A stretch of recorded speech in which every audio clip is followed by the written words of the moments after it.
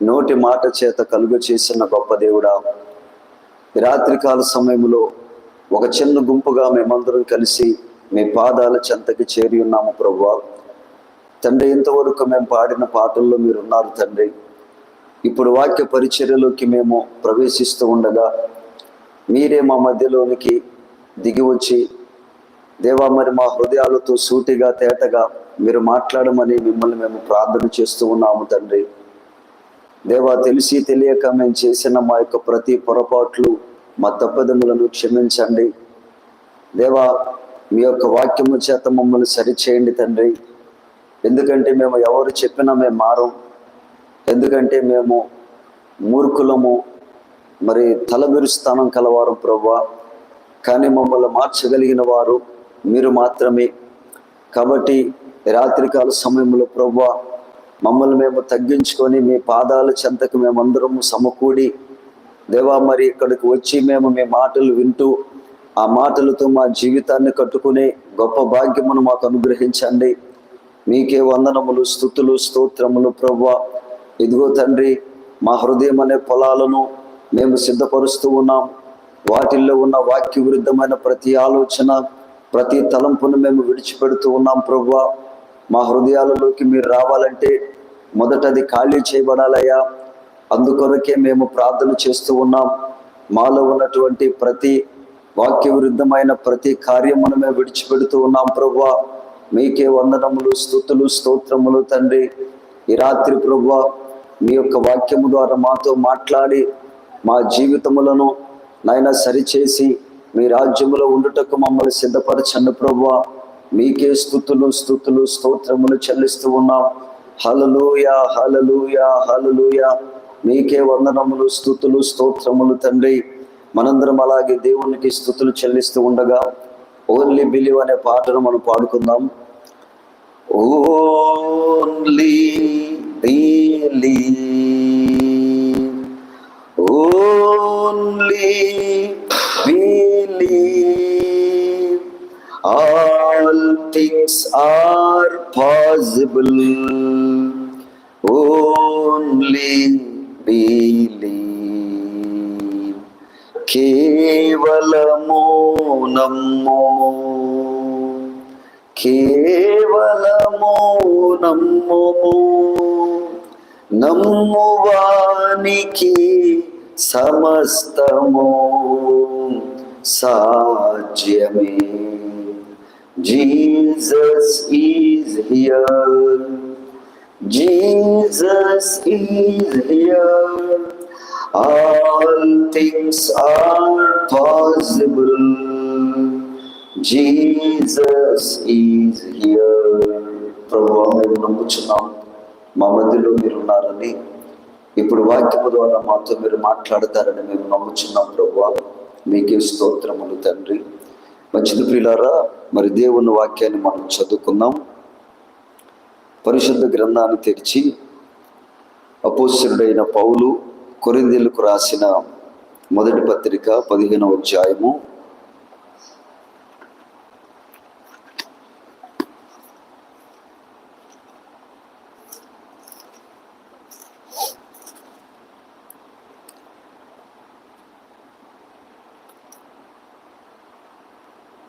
అపోస్తలుడైన పౌలు కొరింథీయులకు రాసిన మొదటి పత్రిక 15వ అధ్యాయం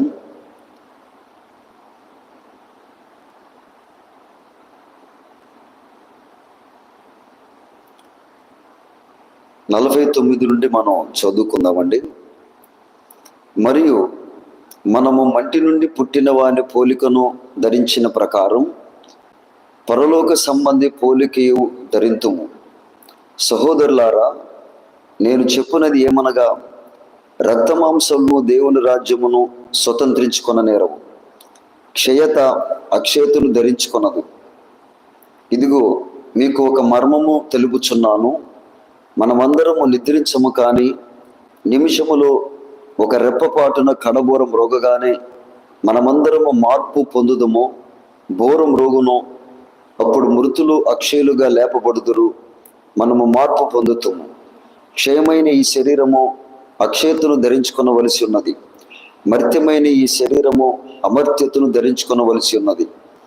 ఈ క్షయమైనది అక్షయతను ధరించుకొనినప్పుడు, ఈ మర్త్యమైనది అమర్త్యతను ధరించుకొనినప్పుడు విజయమందు మరణము మృంగివేయబడును అని వ్రాయబడిన వాక్యము నెరవేరును. ఆమేన్. మరి చదివిన వాక్యమును దేవుడు దీవించునుగాక. ప్రార్థన చేసుకుందాం. కనికర సంపన్నుడా, కృపా కనికరములు కలిగిన మా దేవా, మా మంచి యేసయ్యా, తండ్రి, గత కాలమంతా మీ దయగల రెక్కల క్రింద మమ్మల్ని కాపాడి మమ్మల్ని సంరక్షించి మా ప్రతి కదలికలో మేము వేసే ప్రతి అడుగులో మాకు తోడుగా మీరుండి మమ్మల్ని ఇంతవరకు నడిపించుచు కాపాడుచున్న విధానాన్ని బట్టి మీకు లెక్కలేనన్ని కృతజ్ఞతలు, స్తుతులు, స్తోత్రములు చెల్లిస్తూ ఉన్నాం ప్రభువా. తండ్రి, మరి రాత్రికాల సమయంలో ఒక చిన్న గుంపుగా మేమందరం కలిసి మీ పాద సన్నిధిలో చేరి ఉన్నామయ్యా. ఇంతవరకు మా పాటల్లో మీరున్నారు, అలాగే వాక్య పరిచర్యలో కూడా మీరు తోడుగా ఉండండి. ఈ బలహీనమైన ఘటాన్ని మీరు బలపరిచి మరి మా జీవితాలకు అవసరమైన కొద్ది మాటలు నా ద్వారా నీ పిల్లలతో మీరే మాట్లాడమని నన్ను నేను మీ యొక్క హస్తాలకి అప్పచెప్పుకొనుచు ప్రభు అయిన యేసుక్రీస్తు నామంలో ప్రార్థించి అడుగుచున్నాం తండ్రి. ఆమేన్. మంచిది ప్రియులారా, మరి కూర్చోండి. దేవుని ప్రశస్తమైన నామమునకు స్తోత్రములు. కూడి వచ్చిన మీ అందరికీ ప్రభు అయిన యేసుక్రీస్తు నామములో నా హృదయపూర్వక వందనాలు, శుభములు మీకు తెలియజేస్తూ ఉన్నాను. మరి దేవుని మహాప్రేమను బట్టి, ఆయన మన పట్ల చూపిన అద్భుతమైన కృపను బట్టి ఇంతవరకు మనం సజీవులుగా, ఆరోగ్యవంతులుగా ఉన్నాం. మరి అందును బట్టి దేవునికే మనము కృతజ్ఞతలు, స్తుతులు, స్తోత్రములు చెల్లించాలి. ప్రియులారా, మరి లోకములో మరి దేవుడు మనకు తోడుగా లేకపోతే మరి కీర్తనలో వ్రాయబడి ఉంది, యెహోవా పట్టణమును కాపాడని ఎడల దాన్ని కావలి కాయి వారు మేలుకొనియుట వ్యర్థమే. కాబట్టి ప్రియులారా, మనం ఎంత ప్రయత్నించినా, మనం ఎన్ని జాగ్రత్తలు తీసుకున్నా, కొంతమంది పాపం దేవుణ్ణి ఎరగనోళ్ళు ఏం చేస్తారంటే ఆ భార్యల్ని ఎదురు రమ్మంటాం, లేకపోతే వాళ్ళ ఇష్టమైన వాళ్ళని ఎదురుగా రమ్మని చెప్తూ ఉంటారు. వాళ్ళ సెంటిమెంట్లు అయ్యో వాళ్ళవి. కానీ ప్రియులారా, మరి ప్రతి మానవుని యొక్క జీవితం అనేది అది దేవుని ద్వారా ముందుగా వ్రాయబడిన ఒక పుస్తకమని, ఆ పుస్తకములో మన పేజీలు అయిపోయే వరకు మనకి ఏమీ కాదు అనే సంగతి తప్పకుండా మనం గ్రహించాలి. అయితే లోకములో పాపం తెలియక చాలామంది మరి రకరకాలుగా మాట్లాడుతూ ఉంటారు, ఏదేదో కార్యాలు చేస్తూ ఉంటారు. కానీ వాక్యం ఎరిగిన మనం మరి బైబిల్ గ్రంథములో చెప్పబడింది ఏంటంటే, నేను నా తల్లి గర్భమునందు రూపించబడక మునిపే నా దినములన్నీ నీ గ్రంథములో లిఖితములాయను అని దావీదు భక్తుడు మాట్లాడుతూ ఉన్నాడు. కాబట్టి ఎవరెప్పుడు పుట్టాలి, ఎవరిని పెళ్లి చేసుకోవాలి, వారి జీవిత విధానం ఎలా ఉండాలి, వారి జీవితంలో ఎప్పుడు ఎలాంటి మలుపులు తిరగాలి, ఈ విషయాలన్నీ కూడా దేవుడు ముందుగానే ఒక్కొక్కరి పేరు మీద ఒక్కొక్క గ్రంథములో రాసి పెడతాడు. మరి దినాలు గడిచే కొందిన ఒక్కొక్క పేజీ అయిపోతూ ఉంటుంది ప్రియులారా. సరే, ఏది ఏమైనా దేవుడు మనల్ని ఎందుకొరకు సృష్టించాడంటే ప్రియులారా, లోకములో అందరి వలె తిని త్రాగి సుఖముగా జీవించి ఈ లోకములో ఏదో అలా బ్రతకటానికైతే కాదు.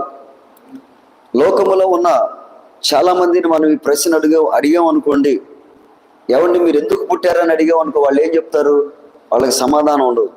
ఏదో పుట్టాం, ఏదో పెరిగాం, తింటున్నాం, లేకపోతే ఉద్యోగం చేస్తున్నాం, ఏదో సంపాదిస్తున్నాం. అయితే ఈరోజు అదే ప్రశ్న కనుక మనల్ని అడిగితే ఈరోజు మనం చెప్పే సమాధానం ఏంటంటే ప్రియులారా, దేవుడు మనల్ని ఒక ఉద్దేశం కొరకు మనల్ని పుట్టించాడు. ఏంటయ్యే ఉద్దేశం అంటే, దేవుడు మన కొరకు ముందుగా సిద్ధపరిచిన సత్క్రియలు చేయటానికే మనం పుట్టామంట.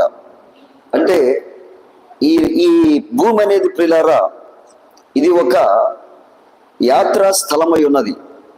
అనగా మనందరము కూడా యాత్రికులు, పరదేశులమై ఉన్నాం.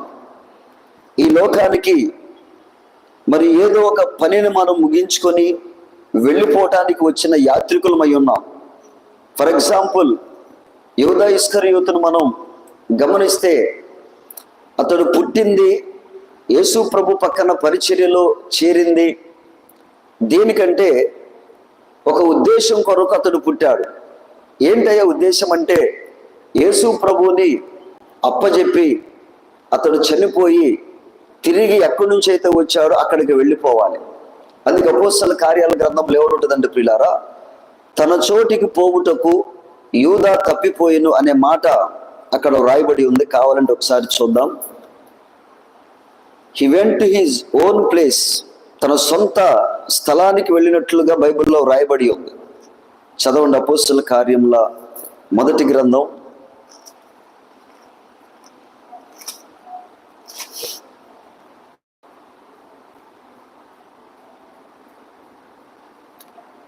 24-25 వచనాలు చదవండి. అపోస్తల కార్యముల గ్రంథం 1వ అధ్యాయం 24-25.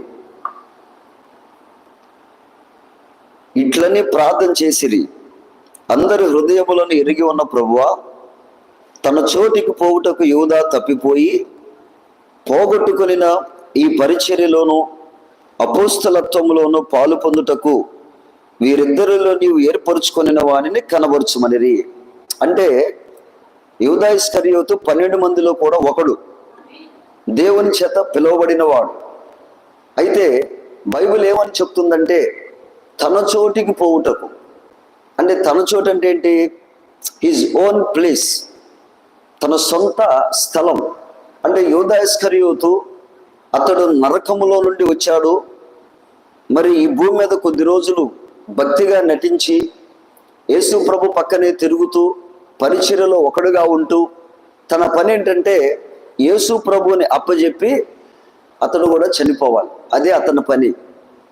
కాబట్టి మరి పుట్టాడు, పెరిగాడు ప్రియులారా.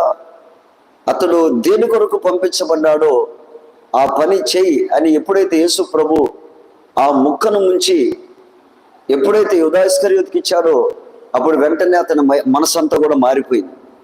అతడు వేరే స్పిరిట్ చేత ఆవరించబడ్డాడు. వెంటనే వెళ్ళిపోయాడు. మరి ప్రధాన యాజకులతో కూడా కలిసి వారితో మరి యేసుని నేను మీకు అప్పగిస్తాను, మీరు నాకు ఎంత ఇస్తారని చెప్పేసి వారితో బేరం కుదుర్చుకున్నాడు. తర్వాత యేసు ప్రభుని గెత్సెమనే తోటలో అమ్మి తర్వాత మరి అయ్యో నేను ఎందుకు ఇలా చేశానని చెప్పేసి పశ్చాత్తాపం చెంది, పాపం మారు మనసు అయితే పొందలేదు ప్రియులారా, కానీ ఏదైతే చేయకూడదో ఆ కార్యం చేసి ఉరిపోసుకొని అతడు చనిపోయి ఎక్కడి నుంచి అయితే వచ్చాడో తిరిగి అక్కడికి వెళ్ళిపోయాడు. అంటే ప్రియులారా, ఈ భూమి అనేది, ఈ జీవితం అనేది కేవలం కొద్ది రోజులు మనం టెంపరీగా జీవించే ఒక యాత్ర స్థలమే తప్ప ఇక్కడ ఎవరికి పర్మనెంట్ ఇల్లు, పర్మనెంట్ పౌరసత్వం అనేది లేదండి. అందుకే బైబిల్ అంటుంది, మనము యాత్రికులము, పరదేశులమునై ఉన్నాం. ఈ లోకానికి ఏదో ఒక ఉద్దేశము కొరకు మనం వచ్చాము. అదేంటంటే దేవుని కొరకు మనం బ్రతకాలి, ఆ దేవుడు ఇంకా ఉన్నాడని మన జీవితం ద్వారా రుజువు చేయాలి అనేటువంటి ఒక ఉద్దేశము కొరకు దేవుడు మనల్ని పుట్టించాడు, లేదా దేవుడు మనల్ని లోకానికి పంపించాడండి. అందుకే పౌలు అంటాడు, మనము క్రీస్తు కొరకు రాయబడిన పత్రికలమై ఉన్నాం. మన ఉద్దేశం ఏంటంట, ఈ భూమి మీదకి మనం వచ్చుటలో గల కారణం ఏంటంటే ప్రియులారా, పరలోకము నుండి తర్వాత పాతాళం నుండి వచ్చిన వాడు ఈ భూమి మీద ఉన్నారు. రెండు దేశాలు, ఒకటి పరలోకం, 2 పాతాళం. అయితే దేవుడు మనల్ని ఎందుకని ఈ లోకానికి పంపించాడంటే ప్రియులారా, ఈ లోకములో మనం చేయవలసిన కొన్ని మంచి క్రియలు లేదా ఆ దేవుణ్ణి మన జీవితము ద్వారా కనపరిచే ఒక ఉద్దేశం దేవుడు మన పట్ల కలిగి ఉన్నాడు. కాబట్టి ఆ ఉద్దేశాన్ని మనము నెరవేర్చాలి. అలా నెరవేరిస్తే ప్రియులారా తప్పకుండా దేవుడు మన పట్ల సంతోషిస్తాడు. ఆమేన్. అందుకే యూదాను మనం గమనిస్తే తన చోటికి పోవుట కనగా అతడు పాతాళం నుండి వచ్చాడు, కొద్ది రోజులు ఇక్కడ జీవించాడు, మరి యేసు ప్రభు నమ్మి తర్వాత మళ్ళీ ఎక్కడి నుంచి అయితే వచ్చాడు అక్కడికి తిరిగి వెళ్ళిపోయాడు. అలాగే దేవుని పిల్లలమైన మనం కూడా ఈ లోకానికి వచ్చి ఇక్కడ దేవుడు మన మీద పెట్టిన బాధ్యతను మనం నిర్వర్తించి ఆ తర్వాత తిరిగి మనం ఎక్కడి నుంచి అయితే వచ్చామో అక్కడ తప్పకుండా వెళ్ళిపోతాం.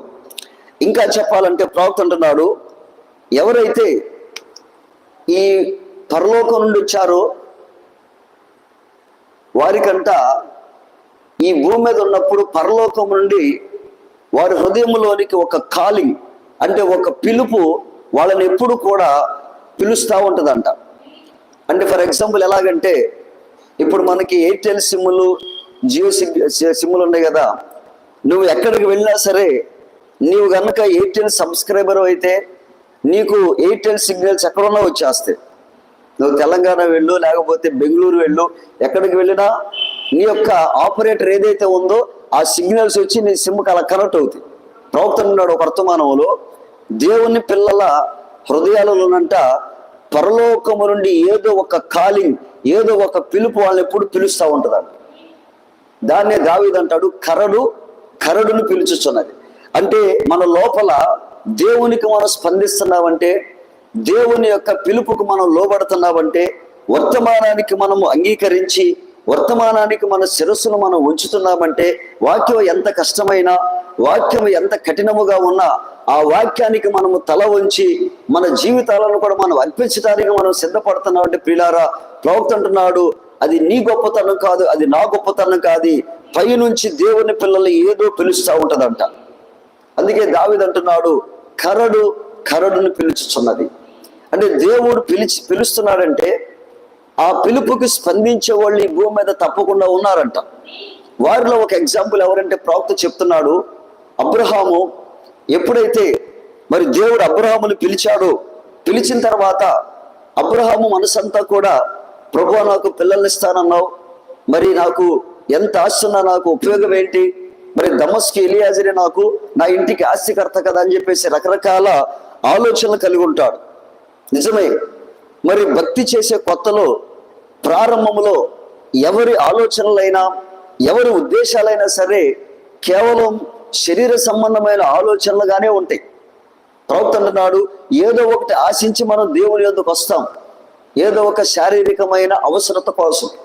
కానీ దేవుని పిల్లల్ని దేవుడు కావాలని, ఒక చేపలు పట్టడానికి ముళ్ళుకి ఎలాగైతే ఒక ఎర్రను మనం పెడతామో అలా ఏదో ఒక అవసరం అనేటువంటి ఒక ఎర్రను దేవుడు పెట్టి ఆ ఎర్ర ద్వారా దేవుడు మనల్ని తన వైపుకు లాక్కొని ఆ తర్వాత దేవుడు అంట మనము ఎక్కడి నుంచి అయితే వచ్చామో, మన పిలుపు ఏమై ఉన్నదో, మన స్థానం ఏమై ఉన్నదో అదంతా కూడా దేవుడు చూపించిన తర్వాత ఇక మన హృదయములో ఆ దేవుడు మనల్ని పిలుస్తూ ఉంటాడు. కాబట్టి మన చూపంతా, మన మనసంతా, మన ఉద్దేశాలన్నీ కూడా ఎవరి వైపు ఉంటాయి అంటే ప్రియులారా, దేవుని వైపు ఉంటాయి అంట. అందుకే హెబ్రీ పత్రికలు ఏమనుందంటే ప్రియులారా, అబ్రహాము చదవండి, హెబ్రీలోకి రాసిన పత్రిక 11వ అధ్యాయము 10వ వచనం అనుకుంటా, దేవుడు దేనికి శిల్పి నిర్మాణకుడై ఉన్నాడో, 11వ అధ్యాయం 10వ వచనం చదువుతారా? ఏలయనగా దేవుడు దేనికి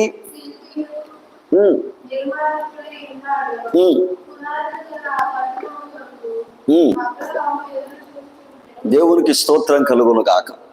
చూడండి ప్రియులారా, అబ్రహాముని దేవుడు ఎంతగా దీవించాడంటే, అబ్రహాముకి విస్తారమైన పశువులు, విస్తారమైన దాసులు, దాసీలు, ఇంకా పిల్లలు కూడా ఉన్నారు ఆయనకి. తర్వాత కెతూరా అనే ఒక అమ్మాయిని పెళ్లి చేసుకున్నాడు. తర్వాత ఆమెకు కూడా పిల్లలు పుడతారు. దేవుడు మరి మెటీరియల్గా భూ సంబంధముగా ఎంత దీవించాలో అంత దీవించాడు. కానీ మనసంతా దాని మీద పెట్టలేదండి. మరి ఆస్తిని ఎలా కాపాడుకోవాలి, నేను తర్వాత నా ఆస్తి అంతా ఎవరికి ఇవ్వాలి, లేకపోతే ఇదంతా ఏం చేయాలి అనేటువంటి ఆలోచన లేదు. కానీ ఇతడు దేని మీద మనసు పెట్టాడంటే, దేవుడు దేనికి శిల్పి నిర్మాణకుడై ఉన్నాడో పునాదులు గల ఆ పట్టణం కొరకు ఎదురు చూస్తూ ఉన్నాడు. అంటే ప్రవక్త అంటున్నాడు, దేవుని పిల్లలు ఎందుకని వాళ్ళు ప్రత్యేకముగా ఉంటారు, ఎందుకని వారికి లోకం మీద ప్రేమ ఉండదు, ఎందుకని లోకం అంటే వారికి పెద్దగా ఇష్టం ఉండదంటే వాళ్ళు పై నుండి పంపించబడ్డారు. వారి లోపల ఏముంటుందంటే దేవుడు వాడిని పైనుంచి పంపించాడు కాబట్టి నువ్వు పైకే రావాలి, నువ్వు పై సంబంధమైన దానివి, నీవు ఈ భూమికి సంబంధించిన దానివి కావు అనేటువంటి ఒక పిలుపు, ఒక కాలింగ్ అనేది దేవుని పిల్లలు ఎప్పుడు పిలుస్తూ ఉంటదంట. దేవునికి స్తోత్రం కలుగునుగా. ప్రియులారా, ఆ పిలుపు కలిగిన వారికి ఈ భూమి మీద వారికి ఎక్కువగా బ్రతకాలని ఆశ ఉండదు, ఈ భూమి మీద ఏదో చేయాలనే కోరిక వారికి ఉండదు. వారి మనస్సంతా కూడా ఎప్పుడు దేని మీద ఉంటుందంటే పైనున్న వాటిని వెతుకుతూ ఉంటారు. ఫర్ ఎగ్జాంపుల్, ఇక్కడ మనం యూదా ఇస్కరియోతును చూస్తే ప్రియులారా, యూదా ఇస్కరియోతు అతడు పాతాళం నుండి వచ్చాడు. అతని కోసం బాడీ వాళ్ళ అమ్మ గర్భంలో తయారవుతా ఉంటే ఆ బాడీ బయటకు వచ్చిన తర్వాత ఆ బాడీలోకి పాతాళము నుండి ఒక స్పిరిట్ వచ్చి ఆ బాడీలోకి జొరబడి, అంటే అతడు ఎప్పుడు కూడా దేని గురించి ఆలోచిస్తున్నాడంటే యేసు ప్రభుతో పాటు ఉన్నాడు, భక్తి చేస్తున్నాడు, కానీ మనసంతా దేని మీద ఉందంటే ప్రియులారా, డబ్బు, ఎలా డబ్బు సంపాదించాలి. ప్రియులారా, ఈరోజు మరి దేవుని పిల్లలు మరి ఈ లోకములో ఎలా వాళ్ళని ఐడెంటిఫై చేసేదంటే ప్రియులారా, ప్రవక్త చెప్తున్నాడు, వారి యొక్క లోపల ఉండే వాళ్ళ లోపల మీద వెళ్ళే ఆలోచనలే అంటే వారి యొక్క ఉద్దేశాలు ఏవైతే ఉన్నాయో అదే వాళ్ళు. అంటే దేవుని పిల్లలు పైనుండి వచ్చారు కాబట్టి వారికి పైన ఉన్నటువంటి ఆలోచనలే వారికి తలంపులో ఉంటాయి. దేవుని కోసం బ్రతకాలి, దేవుని బిడ్డగా జీవించాలి అనేటువంటి కోరిక వారిలో ఉండి ప్రియులారా, వారికి పైనుండి ఎప్పుడు కూడా దేవుడు వారిని పిలుస్తూ ఉంటాడంట. దేవునికి స్తోత్రం కలుగునుగా. కాబట్టి నా ప్రేమన సహోదరులారా, ఈరోజు మరి దేవుడు మనతో మాట్లాడుతున్నది ఏంటంటే, ఏదో ఒక రోజు అబ్రహాము శరీరాలు ఎలాగైతే మార్చబడ్డాయో మన శరీరాలు కూడా మార్పు చెందాలంట. కొరింథీయులకు రాసిన మొదటి పత్రిక ప్రవక్త చెప్తున్నాడు. కొన్ని విషయాలు ఈ రాత్రి మనం నేర్చుకుందాం. ఎందుకంటే ప్రియులారా, ఇక మనం ఆఖరిలో ఉన్నాం. మానవ రాజ్యాలన్నీ కూడా కూలిపోయి దేవుని రాజ్యం ఈ భూమి మీద స్థాపించబడబోయే ఆఖరి గడియలలో మనము జీవిస్తూ ఉన్నాం. కాబట్టి ప్రియులారా, ఎక్కువగా మనం దేని మీద కాన్సన్ట్రేషన్ చేయాలంటే, దేని మీద మనం ఎక్కువగా దృష్టి పెట్టాలంటే ప్రియులారా, మన జీవితాన్ని మనం జాగ్రత్తగా కాపాడుకుంటూ మనల్ని మనం సిద్ధపరుచుకునే ఆ ఆలోచనలు ఎప్పుడు కూడా మనం కలిగి ఉండాలి.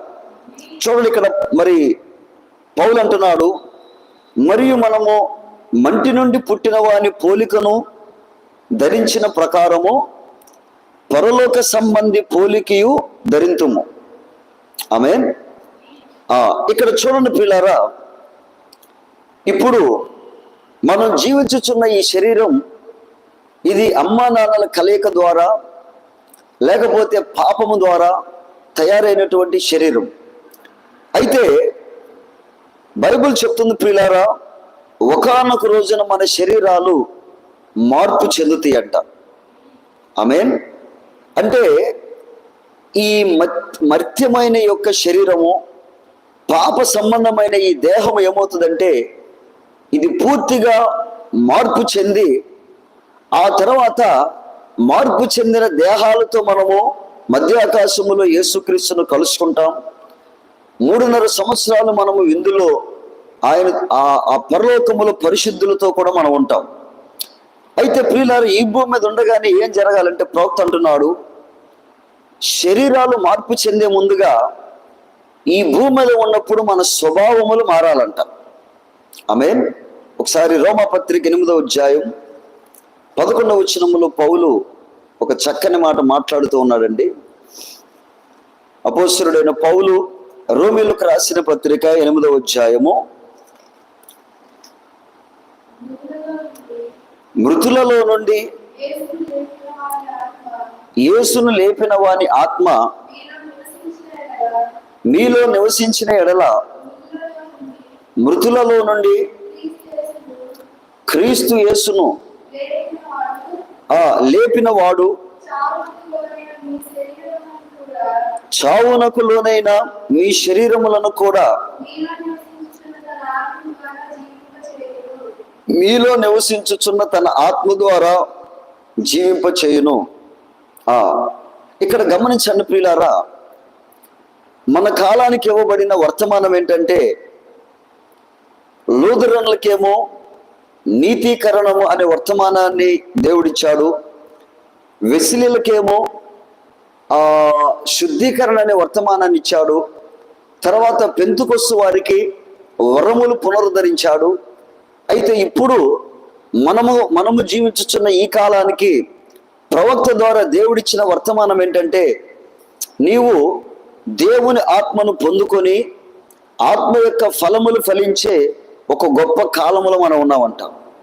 అంటే దేవుడు ఈ కాలంలో ఉన్న క్రైస్తవుల నుంచి, ఎస్పెషల్లీ వర్తమానపు క్రైస్తవుల నుంచి దేవుడు కోరుకునేది ఏంటంటే ప్రియులారా, మనము తప్పకుండా దేవుడిచ్చిన ఆ యొక్క 9 ఆత్మఫలాలు మనము కలిగి ఈ భూమి మీద ఒక మార్పుతో కూడిన జీవితాన్ని ఇక్కడే మనము అనుభవించాలి.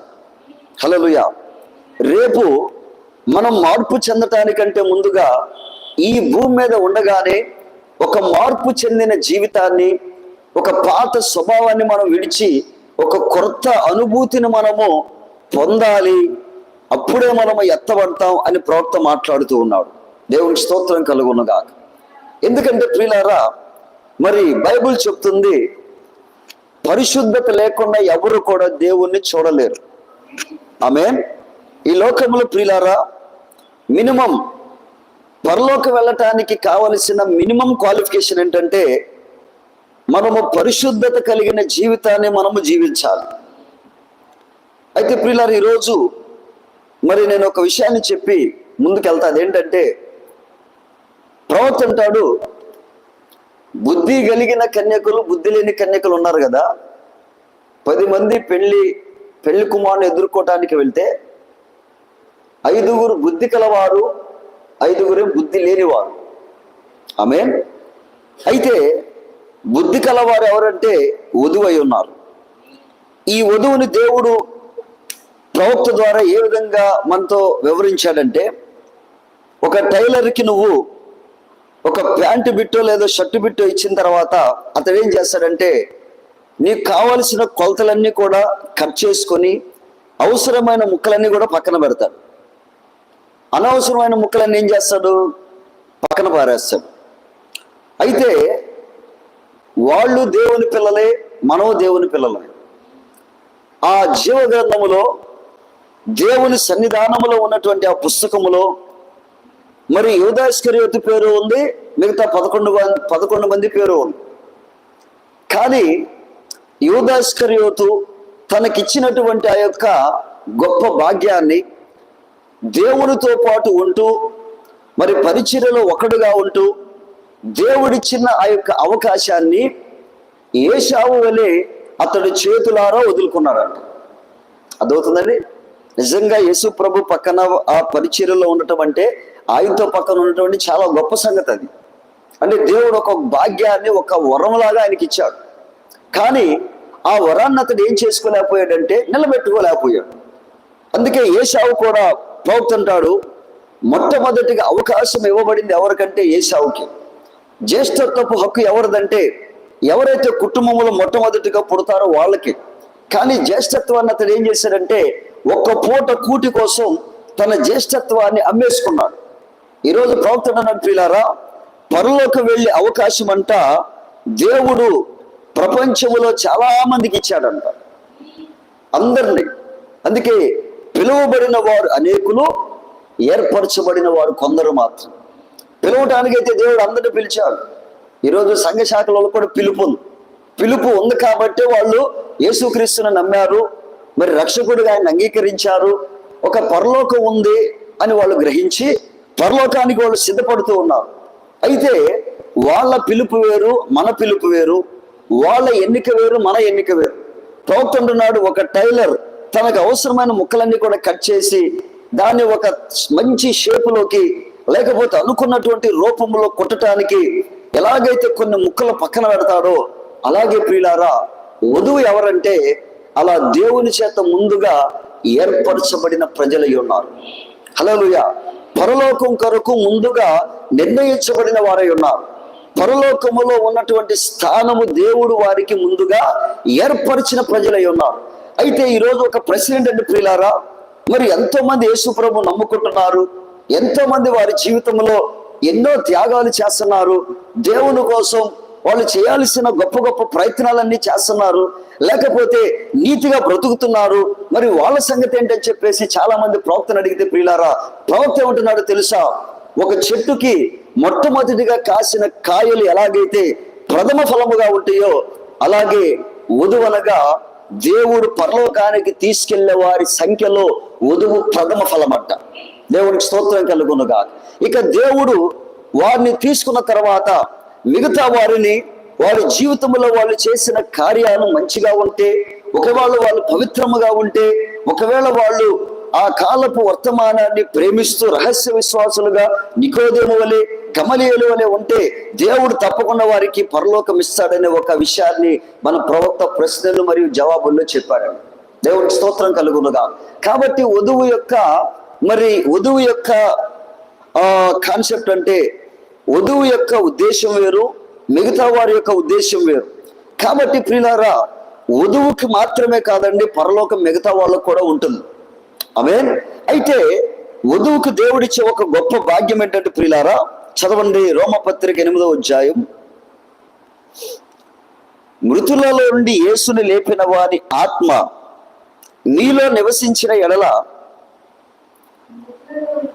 ఆ మృతులలో నుండి క్రీస్తు యేసును లేపిన వారు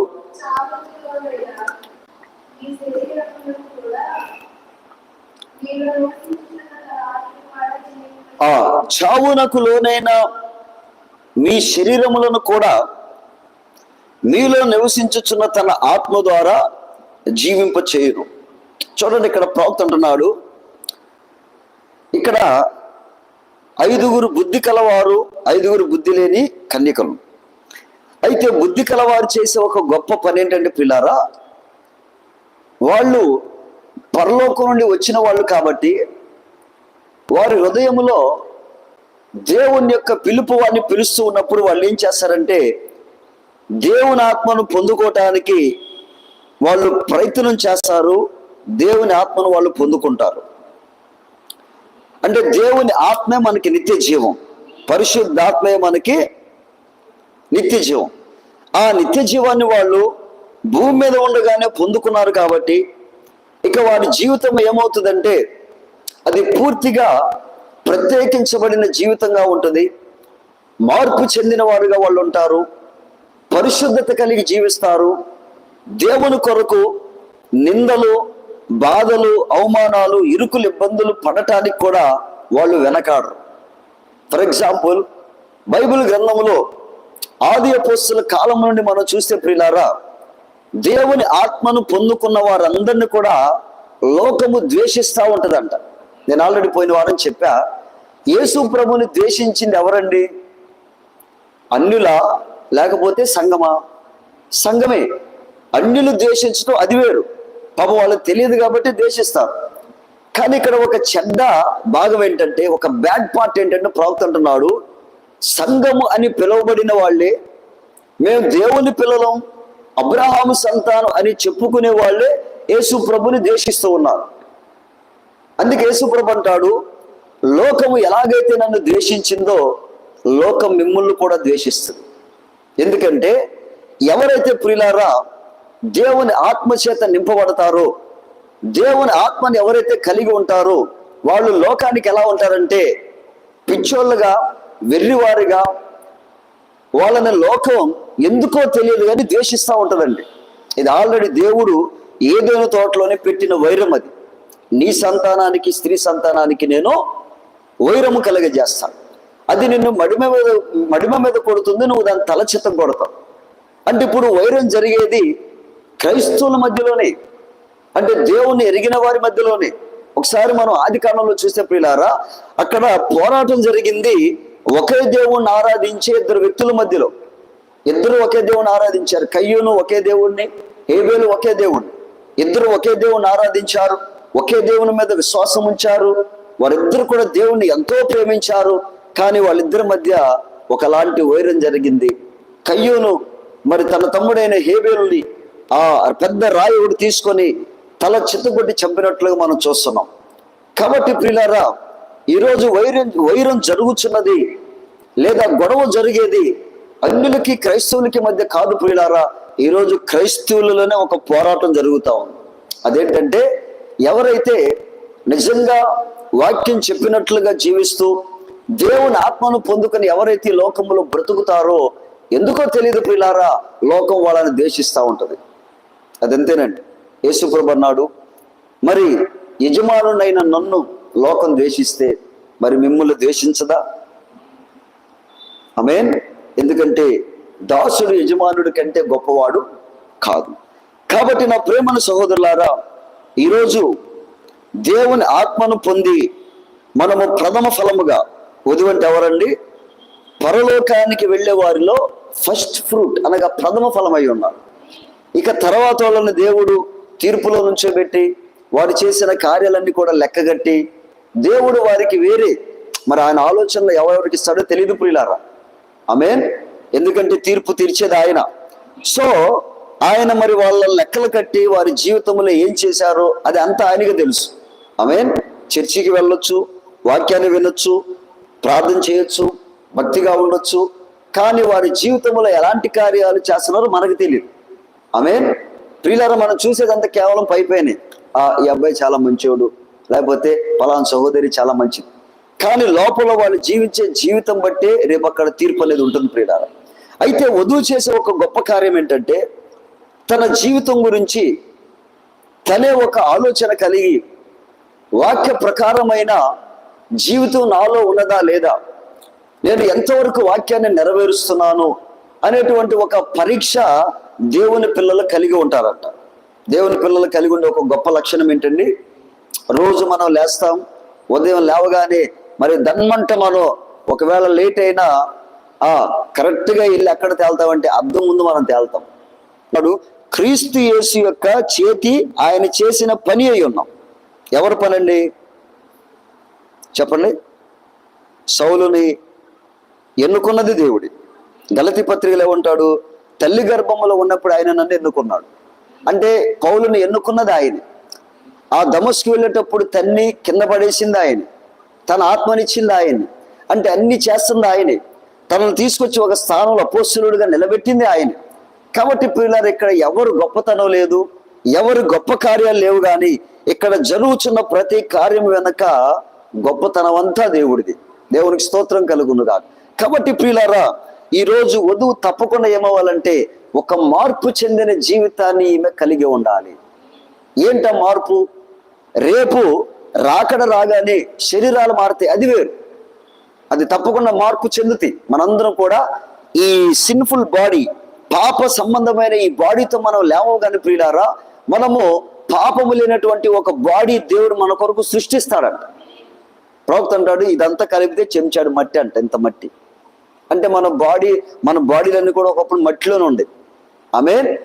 తయారు చేసి ఆ బాడీల్లోకి మనము మార్పు ఆయన మనం కలుసుకుంటాం. కానీ దానికంటే ముందుగా ప్రియులారా, వధువు ఏమవ్వాలంటే ఒక మార్పును ఈమె కలిగి ఉండాలి, ఒక షేపులోకి ఈమె రావాలి.